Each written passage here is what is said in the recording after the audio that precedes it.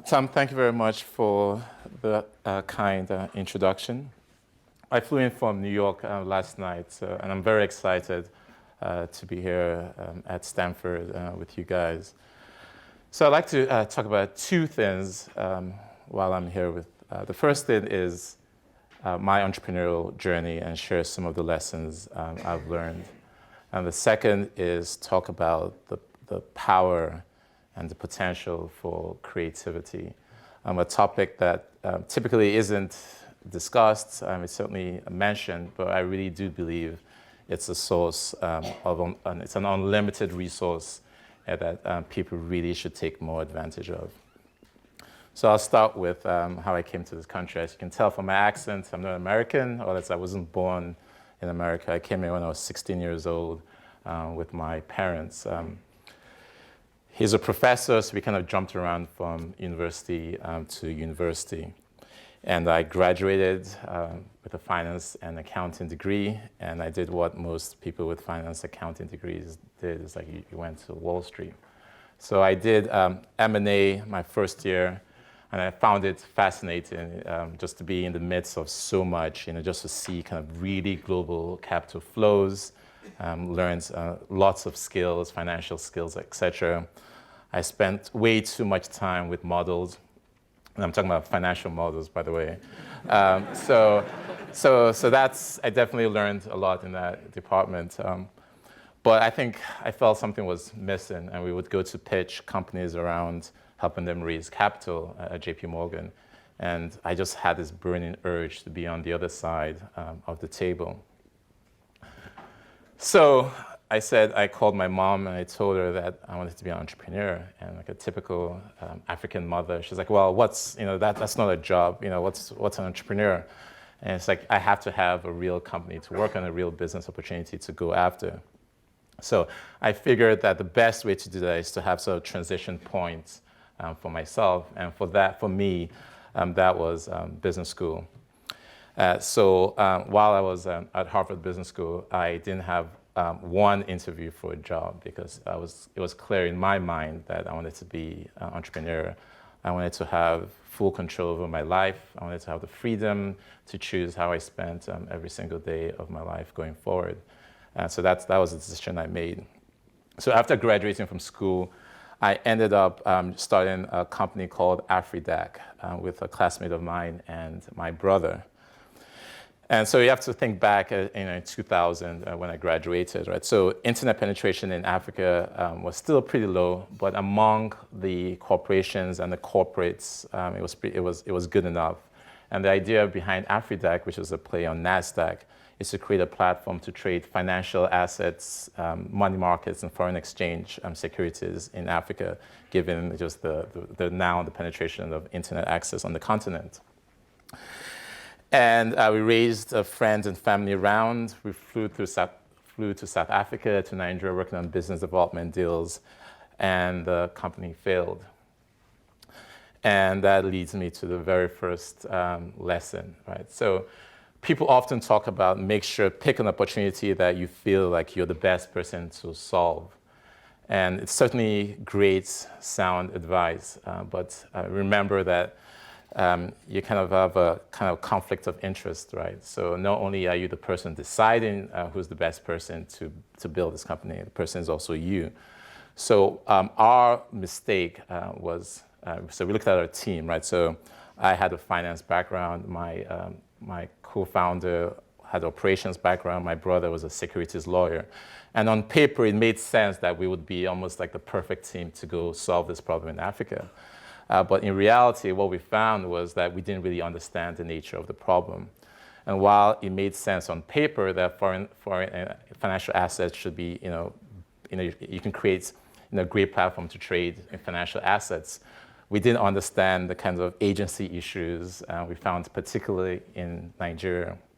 So what we found is that while it made sense to auction your foreign reserve efficiently and transparently as a kind of a general market principle, the members, the CFOs, the treasurers of these organizations had their own sort of side deals with the buyers and sellers of these securities. So we certainly didn't create the kind of liquidity and the adoption we expected. So there I was, kind of, essentially broke after, Harvard loans, and I had to get a job. I had to get back and pay the rent. So I knew I didn't want to do investment banking again. I wanted something more intellectually engaging. So I decided, well, let me go work for a hedge fund. So the first, it was a financial derivatives hedge fund focused on convertible bonds and credit default swaps. But that's where I learned what I think is probably the most valuable lesson so far, which is that ideas matter. And I think everyone else should take ideas very seriously. Because in the financial world, you could create a financial trade. You can suggest a trade idea that can net millions in a couple of days, right? And when you think of yourselves as entrepreneurs who are creating companies, you almost feel like, well, ideas are good, but I need to hire a team, find an MVP, raise capital, etc. I would like to argue that those are literally inefficiencies. There aren't virtues in and of themselves, and that the true source of human capital and potential is in the ideas you come up with. So after 3 years at a hedge fund, I decided to leave and give the entrepreneurial journey another shot. And so I started a company called HopStop. So the idea around HopStop was essentially this, right? So you have, what the site essentially does, it lets you get door-to-door directions using walk-in directions, subways, buses, etc. So you'll enter your starting address, you enter your ending address, and it would give you walking directions to the trains, tell you where to get off, where to take the next bus, and from the end of the bus stop, how to get to your final destination. So for those of you who use Google Transit, we actually started and owned that space before they joined us 2 years after. So that was the company. But so I'd love to share with you at least the initial stories, the initial kind of HopStop stories early on. So I lived in Brooklyn at that time, and I remember having to go on a date on the Lower East Side, and I think it was somewhere on Eldridge Street. And then you had the subway maps. Obviously, we didn't have the kind of the map in everyone's phone. And I remember figuring out, well, how actually do I get to 200 Eldridge Street? And I'm in a subway, and I have a horrible sense of direction, and I got lost, etc. And I don't quite remember how the date went, but I have vivid memories of what I did the very next morning. I went to the subway station, I grabbed a subway map, put it on the floor of the apartment in Brooklyn, and I used the only tool I could use, which is Excel, because I was a finance guy. So what I wanted to do was how do I describe the subway system to a computer science engineer so that they'll be able to write an algorithm to solve that problem. And I had some experience with kind of data sets, et cetera. So that's where I started, right? So I built spreadsheets. Okay, well, I have routes and stops and exits, and anyway, so all kind of the core kind of information model for the company. So I went to Elance, which is I think now called Upmarket, and I found a developer in Russia to build it. So we continued on this process, iteration after iteration, until we actually had a viable product. I called it the MVP these days. And the interesting thing about that story is that I actually never met. I met developer Alex for the first time 4 years after we started working. So for the vast majority of my time at the company, we worked remotely using, I think then it was Messenger, etc. And I definitely had a few lessons from that experience.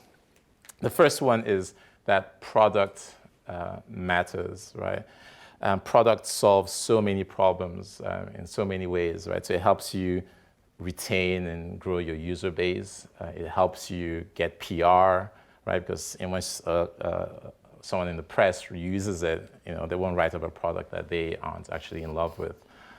It helps with the viral growth of your business. Obviously, with the existence of the social graph, there are much more efficient ways to engineer the kind of virality you want in a consumer-facing product. But back then, it was really kind of press and kind of really old-fashioned kind of word of mouth. So that was like the early days, and I was obsessed about the product. So my wife would look at me and wonder why I would stare at the screen. And HopStop, by the way, was only 3 pages, right? So you enter your homepage, you enter your directions, and you get the results, right? There isn't that much to think about, but there is, right? There's so many elements of that experience that I absolutely obsessed about. And I think one of the reasons we continue to grow, even after Google started competing with us, was because we had such a loyal user base going forward. So again, product matters. Products solve so many problems going forward. So while I was at HopStop, a Columbia Business School student emailed me and said, he loved HopStop and he wanted to be an entrepreneur, but he didn't have a company. He didn't have ideas that he could work on. I said, well, I have tons of ideas. Let's meet for coffee and discuss a few. So I pitched him on an idea which was based on my own frustration of being able to find a travel specialist. So back then, if you wanted to travel if you wanted to do a safari in South Africa, for example, it's easy to get a flight and a hotel because you can use Expedia, you can use Kayak, you can use Travelocity, etc. But if you wanted what back then people called long-tail travel, right? So these kind of like more specialized travel experiences, whether you want to do a safari, you want to do some wine tasting in Kenya, for example, it's hard to find an online solution to that problem. And the business was essentially aggregating demands or interest for these kinds of travel, and then monetizing that interest through a network of travel professionals who are willing to pay you for that lead. So kind of lead gen meets travel was the essential concept. So it was great. So I was more focused on the product, and he was more focused on business development and sales. So we eventually raised venture capital for the business. We hired a CEO to continue running the company, and the company still exists and is now owned by USA Today. And I did this while I was a CEO of HopStop, but I also realized that my true passion and my true interest and my core strength is really in the kind of the early stages of a company.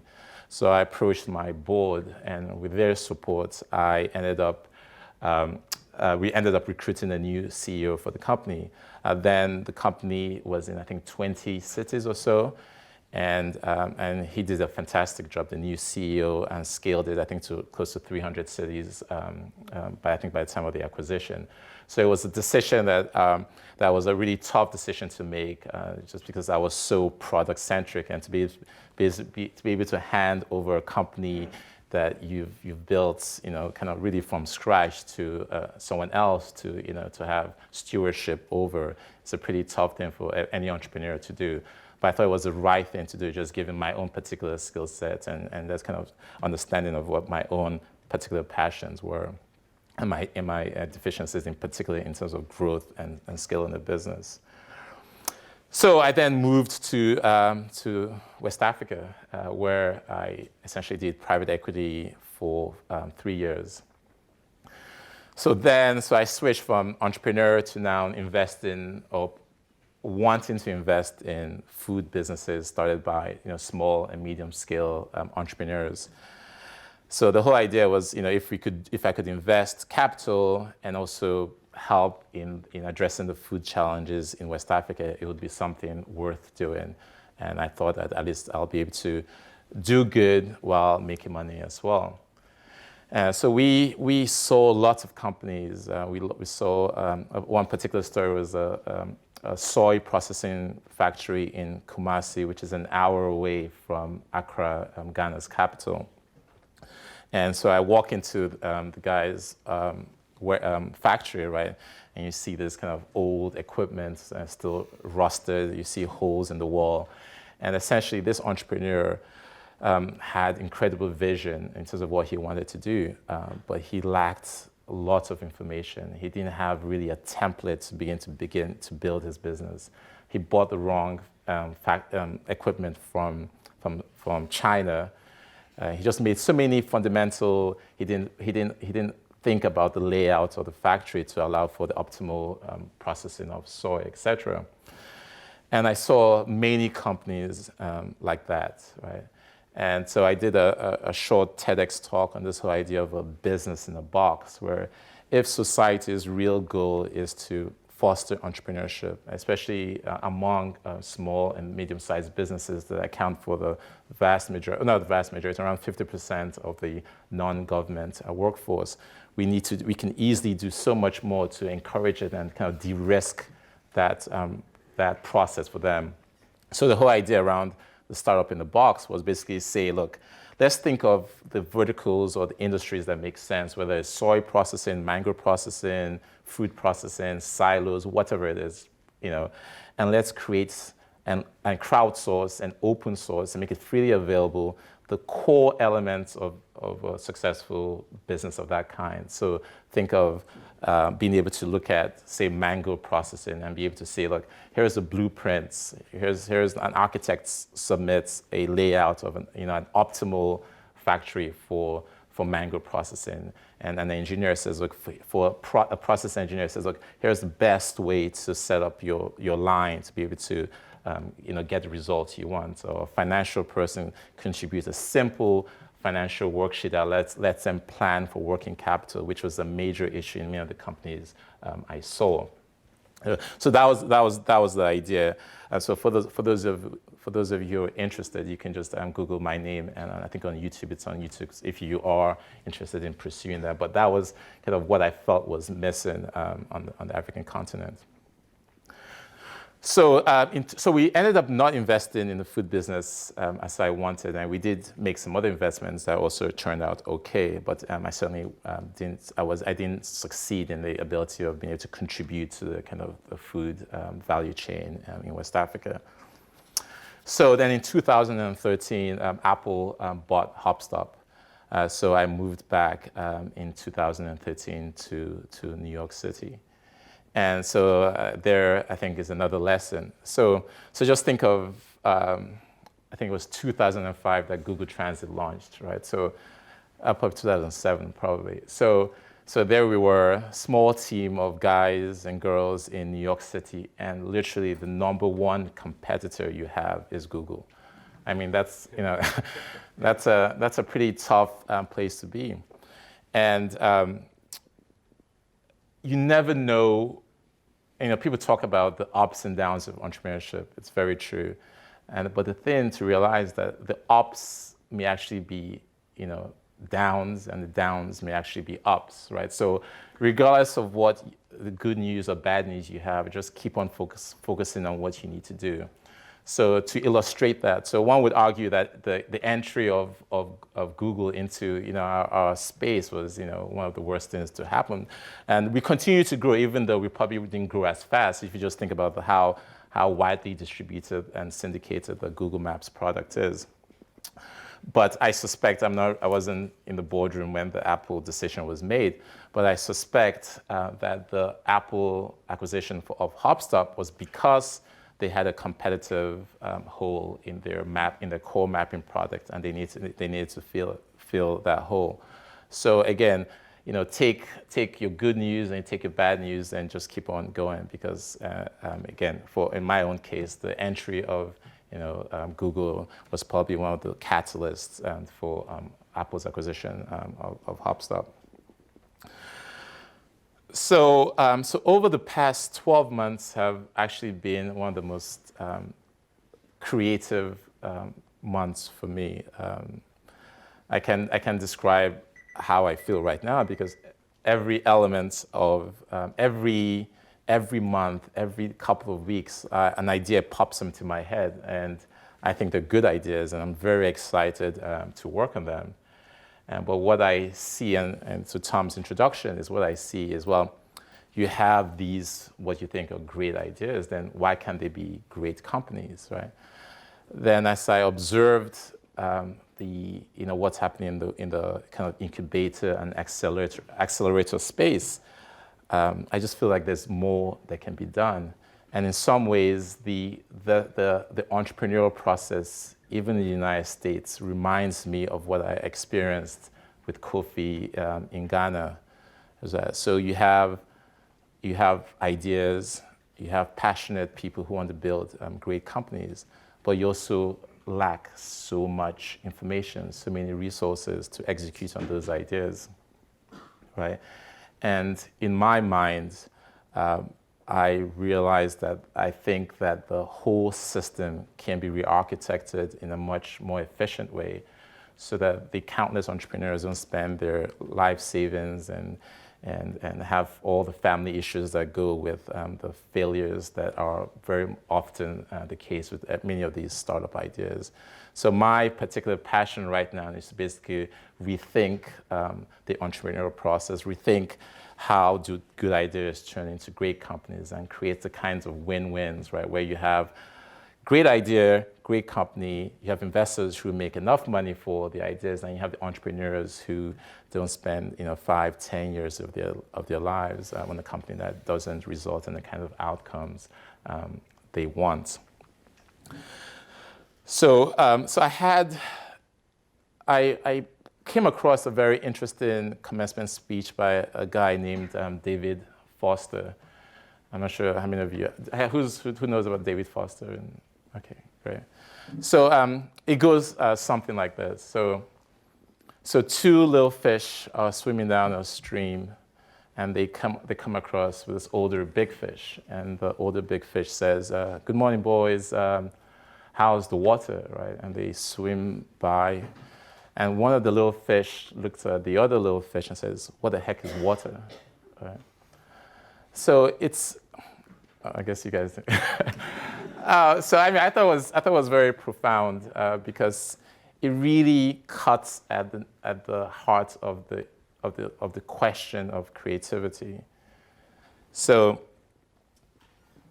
I believe that in this very moment, right, we're all immersed in kind of unlimited potential. At this very moment, you're at the cusp of the next big idea, right?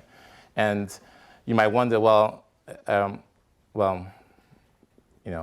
looking for the next big idea, but I'm really struggling, right?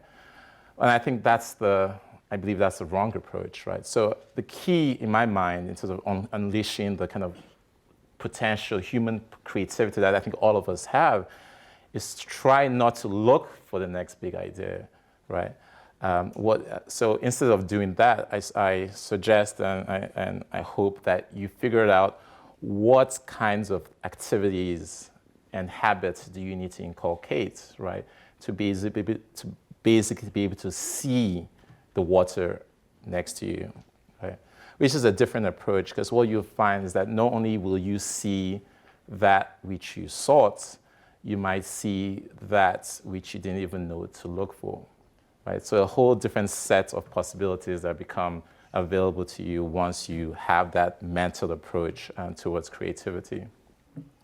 And that the idea, so to make it, put in some practical terms, right? So what's the big deal about creativity, right? We're in Stanford, it's all about products, it's all about customers, etc. But I do believe that creativity plays a big role in success, right? So, I mean, I use Uber to get here, and I'm sure there's a kind of like the guys that came after Uber and the guys that came after them as well.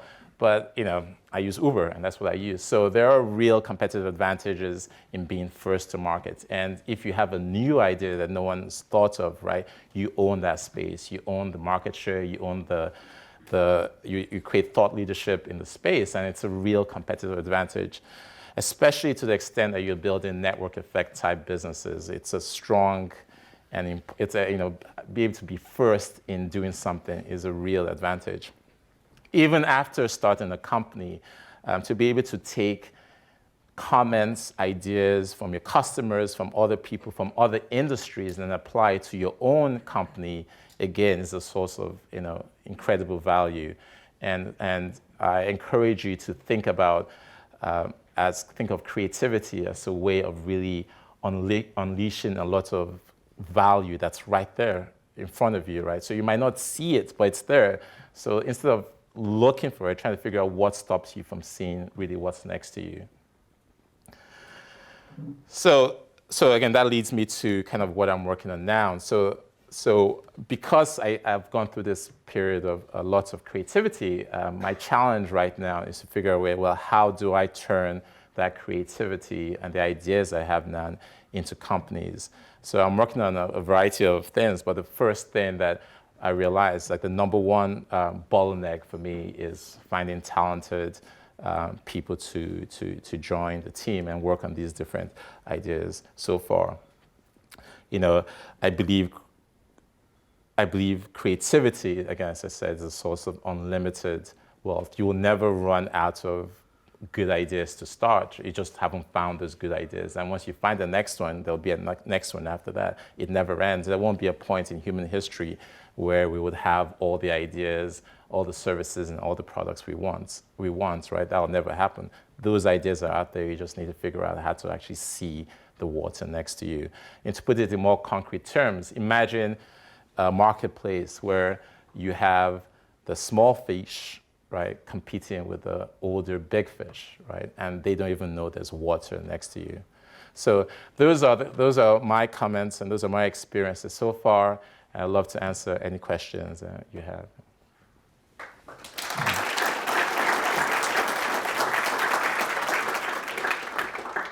What was your biggest success over years? What do you mean? In what aspect? So you said you're in private equity. Yeah. What was your most favorite experience when you're in private equity?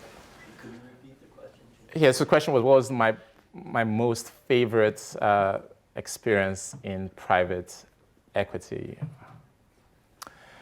I'm not sure if I can answer that because for me, it wasn't my thing. I realized again that I wanted to be an entrepreneur. So I certainly enjoyed my time in Ghana and Nigeria and looking at what's, but I wanted to be entrepreneur, right? And the Apple sale happened, so that gave me the luxury to go back and pursue that. But my true passion is creating companies. So people think of businesses, entrepreneurs as business guys, but for me, I really think of it as art, right? I think of businesses as a form of creative expression, where there are things, there are unique experiences that each one of us have, and if you have the intention or you have the interest in manifesting some of those interests, right? For me, that's a big part of what drives me to create companies. Yeah. You mentioned that it's better to put yourself in situations where you're able to see opportunities and think differently and how to generate ideas. Can you give maybe one or two specific examples of what you did differently or habits you actually inculcated in your personal life that sparked ideas that you didn't have before? Sure. So one of the things I did over the past 12 months is literally devote an entire day towards investing in my creativity. So I would literally say Fridays I wouldn't work, I wouldn't have any meetings set up. And I think it's everyone is different. Some people focus on kind of meditation, some people focus on listening to music, people focus on traveling and experiencing new things. But you kind of need that because while education and society are great, they're very bad at inculcating the human spirits, right, in terms of what you want to do, right? So we've traded kind of an oughtness of the world with kind of potential, right? So you ought to do this, you should do this, and I think what's missing is the wide variety of human potential, and I think education has to play a role, parenting has to play a role in it. But each person has to discover for themselves what unleashes and what brings down the walls of literally seeing the water around you. And for me, it's a lot. I listen to music quite a bit because I think something about music and the complexity of sounds allows my brain to see new things, so to speak. Yeah.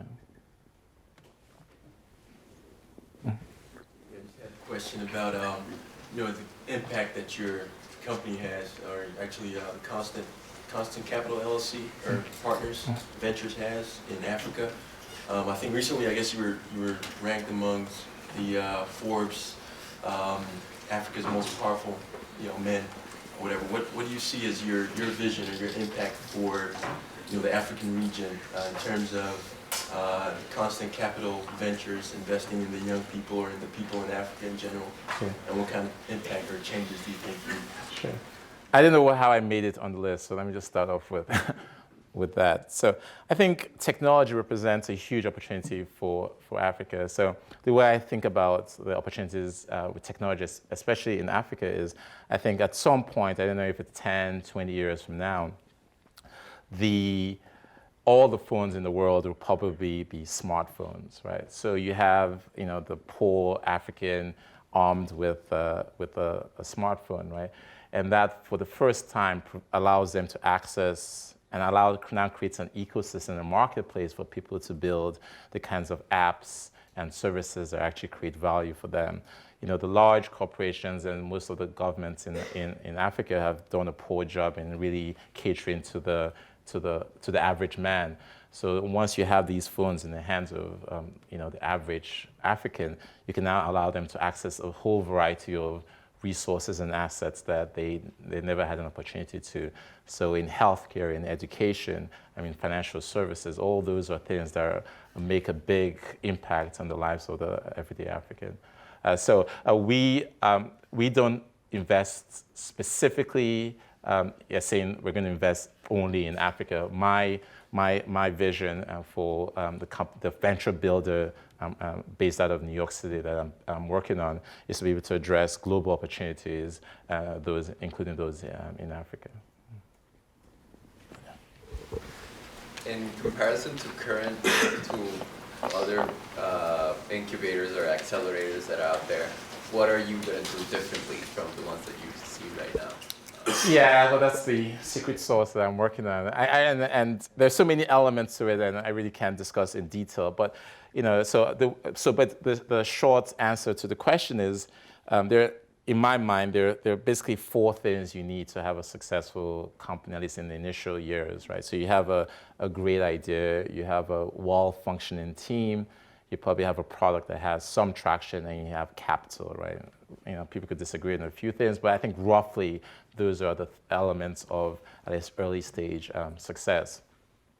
And I believe that each of those processes, right, are currently, each of them is broken, right? So just think about how people think about building a team, right? So you guys are, I think, mostly very technical, I think, in engineering school at Stanford. But the typical process, so like let's take the case of Harvard, right? So a Harvard Business School student says, I have a great idea. Let me go to MIT. Let me figure out a technical co-founder, right? Which may make sense because you have limited resources. You need to figure out the best person to help you work on the idea. But I think what you'll find is probably the number one reason why internet companies fail in the early days is kind of internal team dynamics, right? So it seems odd to me that an industry focused on disrupting and innovating other people's industries, right? That this is all we have, right? This kind of lock-based approach and this kind of highly networked approach was finding team. Like, what are the characteristics? So a person like me with a certain attributes of what I think are important in my own life and my own work style, isn't there a more thorough way to think about team building, right? Like, is this really the optimal set of processes in terms of building a team? So I think there's lots of things that can be done around it. product cycles, for example, this is another one, right? So you have these entrepreneurs, obviously, lean startups is a major theme, right? But I feel like even within that industry, right? So if you go to an incubator and accelerator, and then they have speakers tell you about best ways to think about your MVP, there's still so much that you have to learn, right? And there's so much wasted in that effort to be able to figure out how do I go from an idea to a prototype to an MVP, et cetera. Same thing with capital raising, right? So you guys are here in the heart of Silicon Valley, so you probably have an easier chance of meeting and having those kinds of meetings that allow you to raise venture capital. But for most other parts of the world, right, people don't have that opportunity. And I think there's a much smarter way of really aligning capital to these kinds of ideas. So those are essentially those three things I'm trying to build systems around, people, product, and then capital.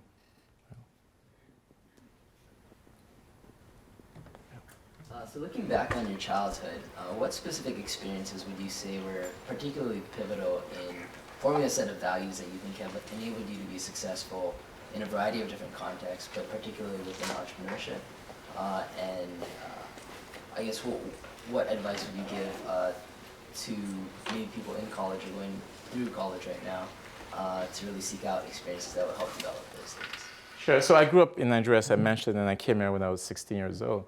And something that really affected me is this whole idea of the power of business to change lives, right? Because, I've always believed that, and everyone knows this, like the African countries in general are not very people-friendly. The one resource that human beings have, kind of our own selves, right? People kind of downplay for natural resources and others as well. So what I found was just the power of business to change lives. So that was a big factor in the way I think about what is valuable work, right? So I definitely think business is right up there with education, with being a doctor, et cetera, because you solve problems. And my definition of entrepreneurship is solving problems profitably, right, with limited resources, right? So that's how I think of it. I really think of every startup I've done or I intend to do is geared towards solving a real problem for people. So that's the way I think about it. But on your question, there's one experience I had that I actually realized was actually much more important than I've actually thought about, which is one of the first real job I had was as an intern at this company called Agway. It's now bankrupt, right? But I was an intern. But then the whole idea was I had to they had all these reporting units, and I had to use Excel. I had to use a database, and I had to use Excel to basically streamline the reporting for all their different operating units. And coming to think about it, right, that experience allowed me to have a certain comfort with information and how to think about data that then allowed me to kind of be able to attack the HopStop problem, right? So you'd be surprised how those nuggets of experiences are now become the thing that gives you a leg up or gives you insight into the nature of different problems. Yeah. Any questions? Yeah. You talk about finding the right people is such a hard thing. And whether it's people you're looking to help you build out your next platform, or whether it's people you're looking to invest in, what are 2 or 3 of the qualities or characteristics that you have developed a keen sense to look for in people that you align yourself with? So I think many people already discussed this. Yeah, so I'll try to figure out how to spin it differently. So they talk about skill sets, right, and capabilities. So I know I think I've been able to kind of look at myself and figure out, well, these are the things I'm good at and things that I'm not good at. And the logical step for me is to figure out people who can do the things that I don't want to do or can't do. So I think that's just the first one. But I think there's no one way to do it. Like the CEO of HopStop, who did a great job running the company, him and I are entirely different, right? He went through basically a whole transitioning of people at the company just because him and I have different kind of work styles and personalities. So I don't think there's a particular answer. Some people could be very analytical, but slow, and there's people who are kind of gut-driven, right, and quick. And so it's, really, you can't really, there's no real kind of one answer for that kind of question. But the things that matter, obviously, are kind of interest and passion in the products that you want to build, and your ability to really be able to work with them, right, which is such a key thing. Again, the team dynamics is one of those underlooked or overlooked parts of entrepreneurship that I think people should really, really think about before starting the journey. Yeah, sure. Last question? Last question, yeah. I was reading, I think, Apple bought HopStop for around $1 billion or somewhere around there. What all do you think went into that process, that deal of having them actually purchase it for that amount, and what were they really looking at in the whole process? Sure. I didn't know where the $1 billion came, because it was certainly not public, and I've never said and Apple hasn't either said what the purchase price was. So I just want to be clear on that. So obviously the rationale is what I initially explained. They needed, again, I don't know what the rationale is. Let me be clear on that. But I assume it's because of the relevance of transit into the core Apple mapping product. But again, it's something that happened and happy it did. But it's not something that that drives kind of the decisions I make generally. With that, what we'd like to do is have a big round of applause for Chinedu, and